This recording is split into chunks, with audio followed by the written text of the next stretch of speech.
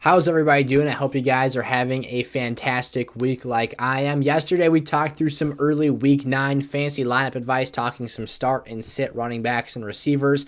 Today, we're going to be talking through my tiers and rankings, evaluating the matchups for each of my top 30 players at these respective positions.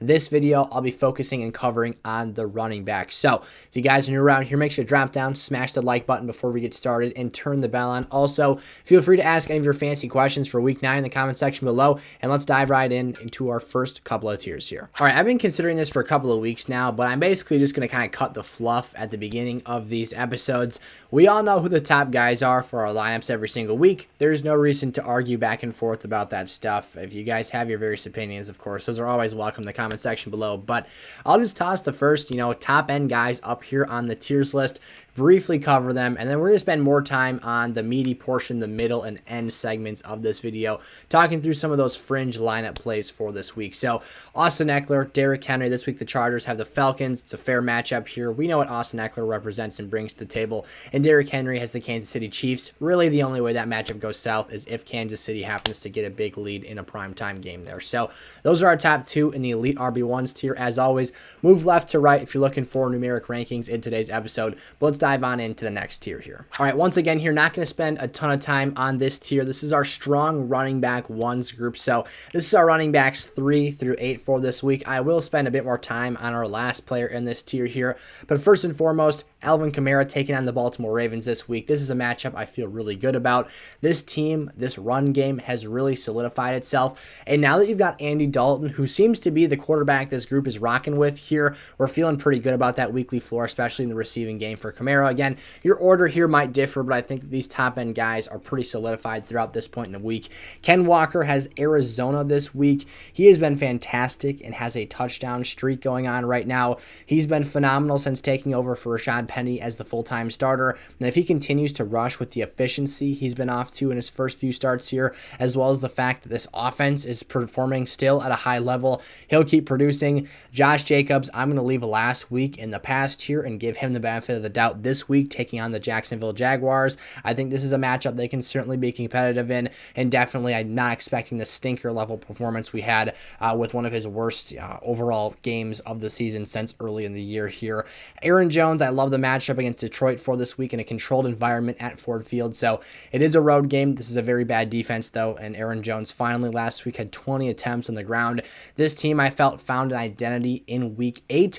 Moving into week 9 here in a must-win situation, they're going to get their best playmaker of the football. Dalvin Cook, Minnesota this week has Washington. Washington's front is pretty solid here, but overall their defense is susceptible to some bigger plays. If they get a balanced attack going here, it's going to be hard to stop Dalvin Cook in a very underrated pickup. I wanted to talk about this in a video this week. Now is my time to do it. TJ Hawkinson actually brings something to the table for Dalvin Cook here, and that is blocking at the tight end position. Irv Smith is a good receiver, not the greatest blocker in the world. TJ is a very, very high-level blocker. I think that expands the ability to have explosive runs off the perimeter of the offensive line, washing down defensive ends, clearing out space for Cook, and allowing him to get further down the football field before having contact with defenders. Now, Travis Etienne bumps out a crucial name you'll see at the top of the next tier here in my strong running back ones territory, and I feel very comfortable with this. Travis Etienne's been a baller here lately. This is a guy that since his breakout and takeover in this offense has back-to-back 18-plus point games. Now, this last week was the official first game without J-Rob in the backfield. The week prior, though, he had an 80% snap count percentage, indicating that, they're trying to keep J-Rob slightly fresh and get him move on into, a new situation here. But for Travis Etienne, I fully expect this level of efficiency, and he's had 4 targets per game over the last 2 weeks on average. He had a 5-target performance and 3 targets for 8 targets total the last 2 games. I'm loving everything here. He is now the goal line back, the receiving back, the first and second down back.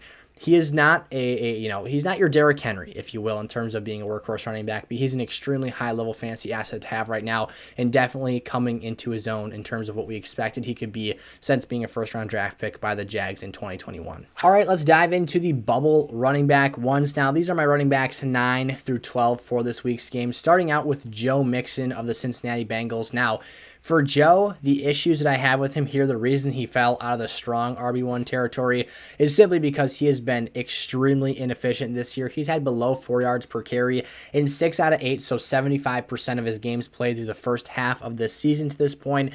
And he has a very high floor, I'll give him that, but his ceiling has been a little bit lower than expected. He has 0 20-plus point games in half PPR scoring, and you're just looking for a little bit more out of him here this season. So is this a knock on Joe Mixon? Not necessarily, but is it a little bit of a lack of faith in terms of his ability to change a game for you on a weekly basis? I think the answer to that question is yes. So if you're not getting that efficiency, you're going to be dependent on pass catching involvement and needing more red zone work to get you those touchdowns. Definitely not saying he can't do that stuff, but I am saying that I think we have to adjust our expectations for him going forward this season. Ramondre Stevenson here, a guy who has, withstood the test of time here since Damian Harris went down with his hamstring issue. Damian was back up to a 41% snap count percentage last week, but this offense still runs through Ramondre and what he brings to the table. He is the most efficient running back in this backfield, the best pass catcher that's available and healthy for this team right now, and a player that I feel a great level of trust in going forward this year. This week he has Indianapolis. Indy's pretty stingy against the pass. They're obviously going to lean on the run game, and especially in the pass game, if they do throw the football, they're going to be looking to check this ball down a lot of times to Stevenson throughout this contest. He had 7 receptions last week. Jonathan Taylor here, definitely moving down the rankings. He is without question out of the elite running back one discussion at this point in time for this year, and he's moving into a spot where this offense is in a bit of a disaster mode right now. They've got the Patriots this week. Sam Ehlinger, a young quarterback, taking on a Bill Belichick defense. That sounds like a recipe for sloppy disaster here in this Week 9 matchup. So if this offense is sputtering to begin with, add in the fact that JT missed practice on Wednesday with an ankle issue, I'm not liking that whatsoever. And, you're going to start him if he's healthy because that's just what you do with Jonathan Taylor unless you're super, super deep at this position group. But am I sweating this one out a little bit? Am I concerned about this matchup? 100% yes, I am. And that's obviously why he could fall down the tiers below this running back one level as my RB11 for this week. And then Leonard Fournette here. This is a player who doesn't necessarily have the best infrastructure for success this year, but is frequently shoveled volume. Now, last week, his numbers were down a little bit. Thankfully, he found the end zone. But what you've got here is an inefficient player like a Joe Mixon who is being very sloppy on the ground. So I talked about Joe Mixon averaging less than 4 yards per carry in 6 out of 8 games here. Leonard Fournette has averaged 3 yards per carry or fewer, so a whole yard less in 6 contests this year. That is garbage. Thankfully, he has 5 touchdowns. He is 3rd in running back targets this year.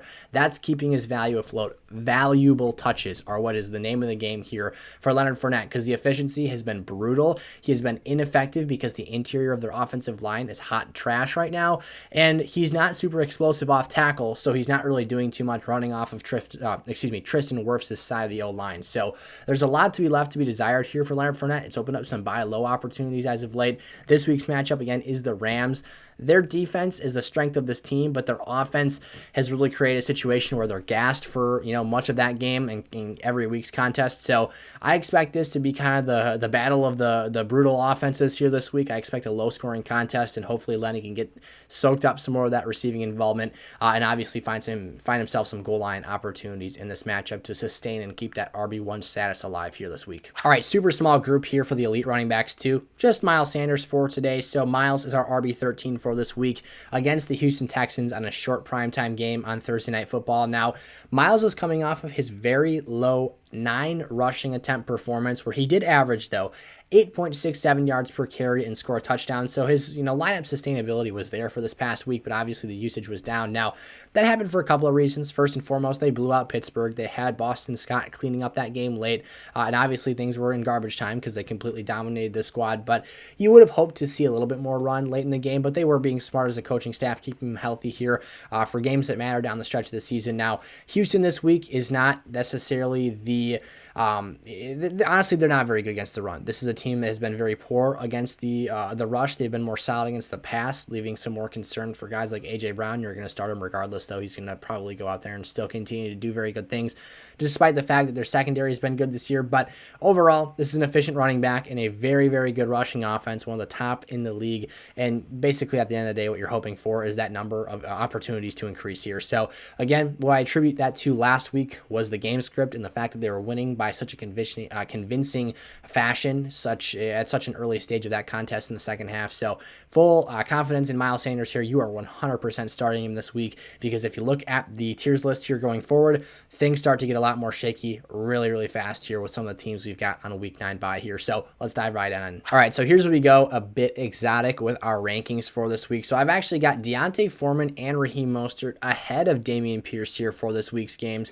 We'll get to the explanation on Pierce here in just a second, but basically Foreman is a guy I have as a must-start player for this week against Cincinnati. Now, they've been fairly stout against the run game this year, but back-to-back 118-yard finishes, one game with Chuba, one game without. Now, the game without Chuba, he ripped a big run, but what I still love about this offense going forward is that, I think post-CMC, they have an identity to play defense as well as they can, run the football, and play conservative offensive clock management here. And then B, this is the player I see as the most likely threat to score a touchdown on the goal line for this team. So there is weekly starting value to be had here on Deontay Foreman, and given stretches, again, with the bye weeks, he becomes a much more viable play. I have him as my RB14 for this week.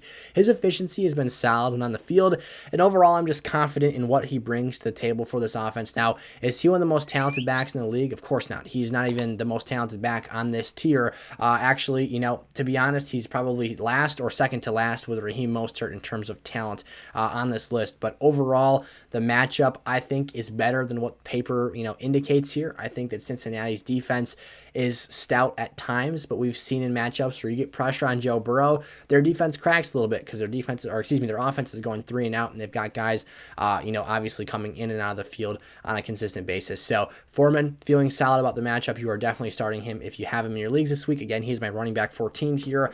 Raheem Mostert at 15 against Chicago. Now, I think that community-wide rankings might put him down a little bit because of the Jeff Wilson trade here.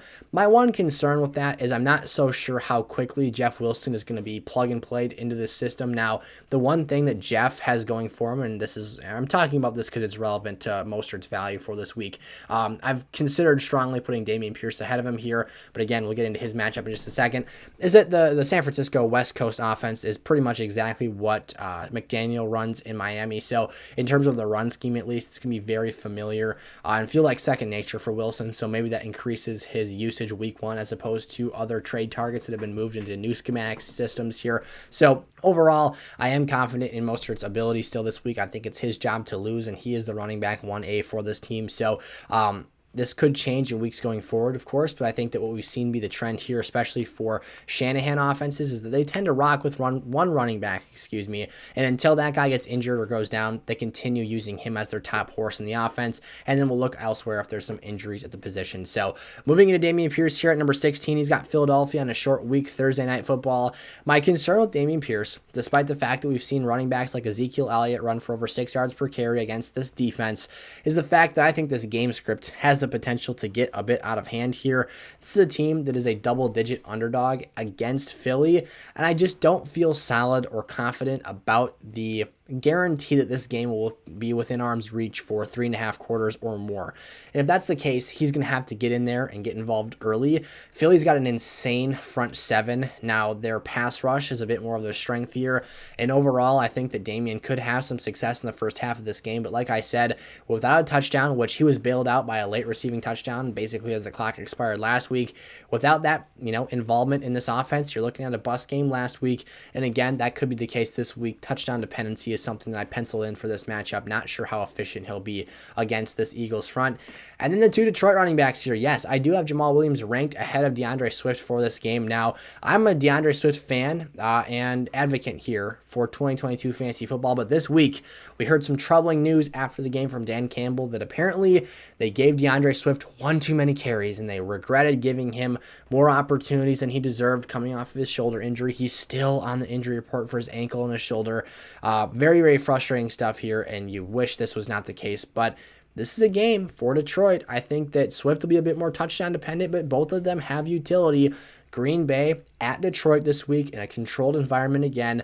This team thrives at home. Their offense is significantly better at Detroit versus on the road, which you'd expect from most offenses, but it's very, very evident that this team is a better home team than road team, and we've seen that throughout this year. So for Jamal, it's not the first, but it's a semi-revenge game here. He gets to play the Packers 2 times this season and, put up his best level of physicality and fight here. It goes beyond the numbers, and it's not something that's, the strongest point of evidence for analysis here, but it is something I feel that matters, and you can feel his sense of urgency and presence when playing Green Bay. I say this as a Packer fan, watching him literally fight his guts out when he plays us a couple times a season. And you've got a guy that's a touchdown vulture. So I actually have Jamal as a must-start player for this week. Again, I expect him to out-touch Swift in this game. I would not be surprised to see him get a goal line carry. And I would not be surprised to see Detroit, as a matter of fact, upset this Packers team. Now, this is a must-win game for Green Bay, but Detroit plays with a whole lot of fight. And like I said, their offense tends to overproduce at home. This might be the circumstances this week. We might see a very, very big-time performance from Williams in this contest. I think DeAndre Swift, again, has utility and can catch some passes. He caught 5 last week, but was very ineffective on the ground. All right, so now for our running backs 19 through 23 here. There is a significant drop-off for this group, and this is why the running back position I feel is so weak for this week's games, is that you've got Tyler Algier, Devin Singletary, and then the 2 Chicago running backs, Eno Benjamin, all guys that you don't feel super comfortable this week. Now, for Tyler Algier against the Chargers, a matchup I think is very susceptible to the run game, and I think the Falcons could actually give them some trouble here. He's got 3 straight games without CPAT with 15 or more touches and caught his first 3 passes on his first 3 targets of his kind of starting regime here for 46 yards and a touchdown in this past week's game. So they will use him as well as Caleb Huntley. We'll talk about him in a little bit here, but I do think Algier is the back to own for this week. And again, this should be a game where I think that the game script will not get too far out of hand. I do expect Atlanta to give the Chargers a fight. Devin Singletary, last week, averaged over 4.5 yards per carry, but the Bills just cannot get out of their own way with the running back situation. They turn Josh Allen into their closer late, and I get it. He's Josh Allen. He's basically Superman walking on the football field, but Singletary was having effectiveness. Again, 14 rushes, 67 yards here. You were doing just fine. Early in this game, he was eating Green Bay alive and totally destroying their defensive front. So for Singletary, I do have confidence in him going forward here, but at the end of the day, what's going to come down to is his usage, which is extremely spotty and hard to predict. Montgomery and Herbert. This is interesting. Montgomery had 18 touches in week 8. Herbert had 16. Herbert was the more productive player on the ground. Right now, Khalil Herbert, disclaimer here. Montgomery's missed 1 game this season. Herbert has played in all contests. He had one 1-point performance this season. Herbert is the RB20 right now. David Montgomery is the RB32. So again, there is that discrepancy of missing a game for Montgomery, but Herbert's been the more productive player on average as opposed to Montgomery. Again, that 1 game that there was a point scored from Khalil Herbert kind of balances things out, if you will. So basically, am I suggesting Khalil Herbert is the starter here, the most valuable player in this backfield? Not necessarily. What I am suggesting is that the gap is extremely close or thin. It is a 1A, 1B situation. In between these guys and Justin Fields, this team is taking over 30 rushing attempts per game very easily on a week-to-week basis. So at the end of the day, they kind of eat into each other's ceiling here. Both of them have a low-end RB2 floor for this week. I don't think there's much upside here, but you can at least hope that one of these guys gets in the end zone if you have to start them. I think that they're lineup-worthy plays again if need be. I have them as my running backs, 21 and 22 for this week. And then Eno Benjamin. The only reason Eno is this low taking on the Seahawks again this week is that Connor was limited on Wednesday. His ribs are continually on the injury report. We just don't know what the situation is at this point. I'm recording this late on Wednesday night, and this will be posted Thursday morning. We don't know what the health circumstance will be for this week. So there's some mystery in the air. There's some uncertainty. We don't know what that's going to look like in terms of week 9 and his availability for Sunday. Seattle is a weaker group against the rushing attack for opposing offenses. All right, last up here, the RB3s. Now this tier is absolutely brutal this week because, again, I feel the depth is extremely shaky for this week's games. First up, I've got Antonio Gibson, who led the team tied with J.D. McKissic in snap count percentage this past week. Now, do I expect that to be the norm going forward? Absolutely not. I think that Brian Robinson is the official starter for this team, and I do think that in games where Washington's competitive, he is the player to own for this team.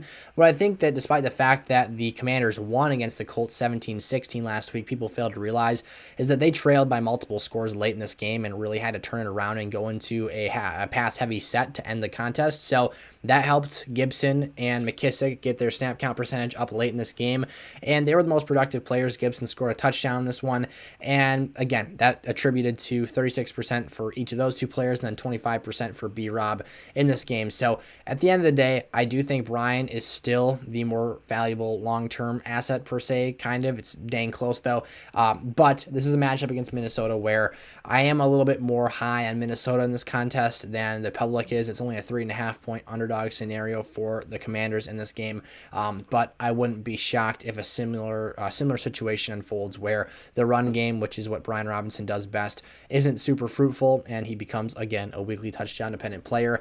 A.J. Dillon against Detroit, the matchup is great. It's phenomenal. You'd expect him to find success in this game, but the reality is, since week 4, he has not had a game with 50% snap count percentage or better. So you're looking at a player that has been a depreciating asset over the last month. That's not good news, and I think that between the lack of goal line opportunities and red zone touches inside the 5-yard line, you're not getting those with this Packers offense, which has been not high octane, to say the least. So you're basically looking at limited opportunities for the lesser efficient player in this offense and the lesser receiving threat. So for him, it's kind of a shaky start this week, but you do like that matchup.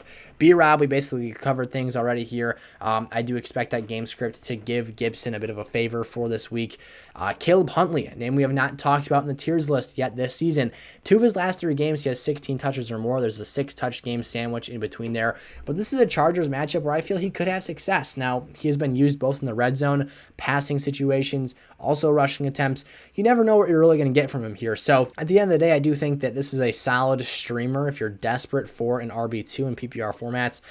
But our expectations are fairly low. The floor is low. The ceiling isn't much better, but there is hope that something could spring from this one here. The 2 Jets running backs, I apologize, I still don't have a J-Rob picture in a Jets uniform.